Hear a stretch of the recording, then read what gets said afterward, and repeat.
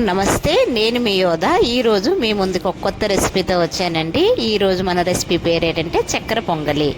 ఇంకెందుకు ఆలస్యం, ప్రాసెస్లోకి వెళ్ళిపోదాం. చక్కెర పొంగలికి కావలసిన పదార్థాలు. మొదటిగా నేను ఇక్కడ ఈ గ్లాస్తో ఒక గ్లాస్ రైస్ తీసుకున్నానండి. ఇదే గ్లాస్తో ఒక గ్లాస్ పెసరపప్పు తీసుకోవాలి.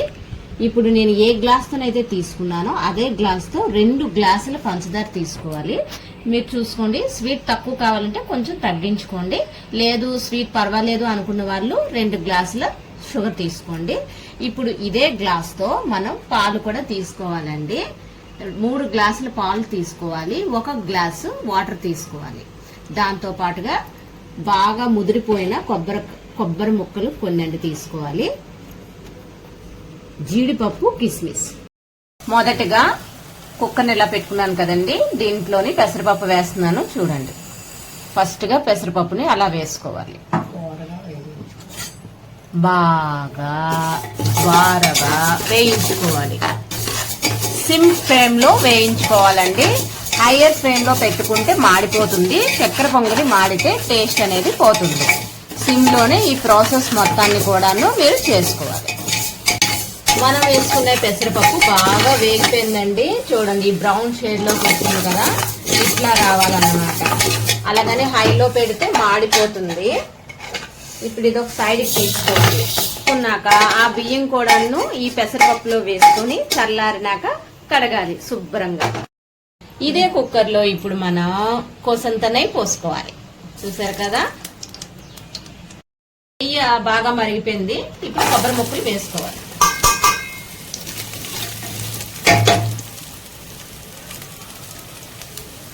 నెయ్యి మా ఇంట్లో తీసిందేనండి, ఇందాకలే తీసాను. చూసారా, కొబ్బరి ముక్కలు కూడా మాడిపోకుండా రోస్టెడ్ గా వేయించుకోవాలి. మన ముక్కలు బాగా దోరగా వేగిపోయి కదండి. చూడండి, ఇప్పుడు పక్కన తీసి పెట్టుకోవాలి.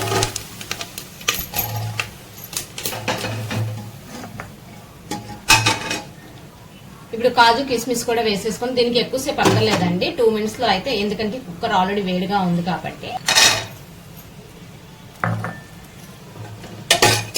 కదా, ముందు కాజులు వేసాను, ఎందుకంటే కిస్మిస్ వెంటనే పట్ మంతుంది అనమాట. కాజు కొంచెం దోరగా వేగినాక ఇప్పుడు కిస్మిస్ వేసుకోవాలి. ఇప్పుడు కిస్మిస్ని కూడా వేసేసుకోవాలి.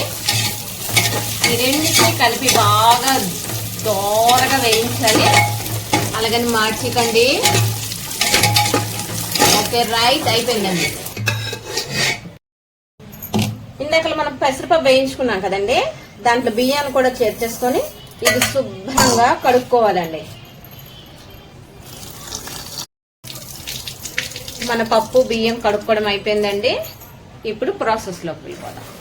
ఇప్పుడు పెసరపప్పు బియ్యాన్ని కుక్కర్లో వేసేసుకోవాలి.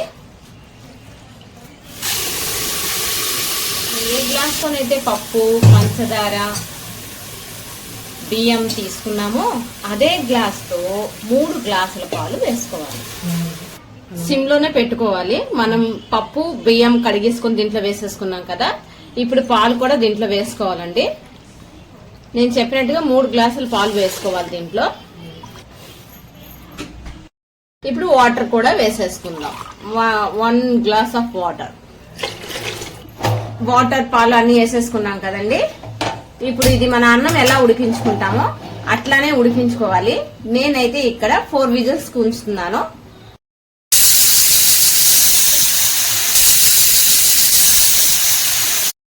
విజిల్స్ 4 విజిల్స్ వచ్చాయండి. నేను ఇప్పుడు ఓపెన్ చేస్తాను. ఇదిగోండి, 4 విజిల్స్ వచ్చినాక ఇలా వస్తుంది అన్నమాట. చూసారు కదండి, ఇట్లా వస్తుంది. ఇప్పుడు దీంట్లో మనం ఇదే వేడి మీద వేసుకోవాలి పంచదార. స్టవ్ వెలిగించుకొని సిమ్లో పెట్టి కలిపి పెట్టాలండి. అలా బాగా కలిపి పెట్టుకున్న తర్వాత షుగర్ వేసుకున్న తర్వాత మనకేంటంటే ఇలాగా జారుగా వస్తుంది.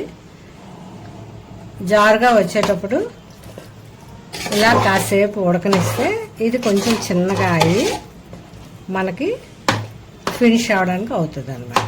చక్కగా మనం ఏదైతే అనుకుంటామో చక్కెర పొంగలి అని ఆ షేప్ అనేది కరెక్ట్గా వస్తుంది. ఇదే సమయంలో మనం ముందుగా వేయించి పెట్టుకున్న కాజు, కిస్మిస్ అండ్ కొబ్బరి కూడా ఇందులో వేసుకుంటాం. ఇందులో కొబ్బరి, కాజు ఇవి నేతిలో వేగించుకున్నవి చాలా మంచి రుచిని ఇస్తాయండి. ఇదే సమయంలో ఏం కూడా మనం యాడ్ చేసుకోవాలి. ఇలా నీట్గా.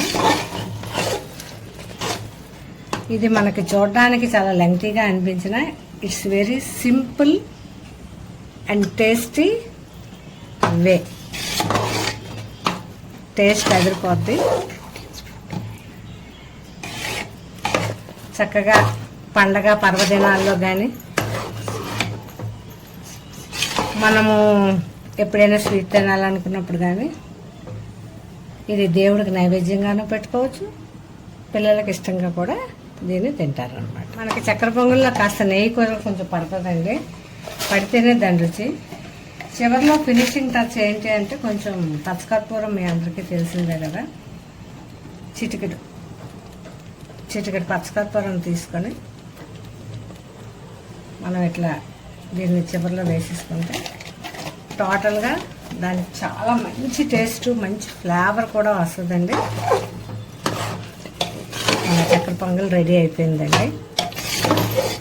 వేడివేడిగా చక్కెర పొంగలి రెడీ అండి.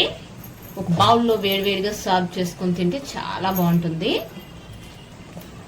ఈ వీడియో కనుక మీకు నచ్చినట్టయితే లైక్ చేయండి, షేర్ చేయండి. ఇలాంటి మరికొన్ని రెసిపీస్ మీకు కావాలంటే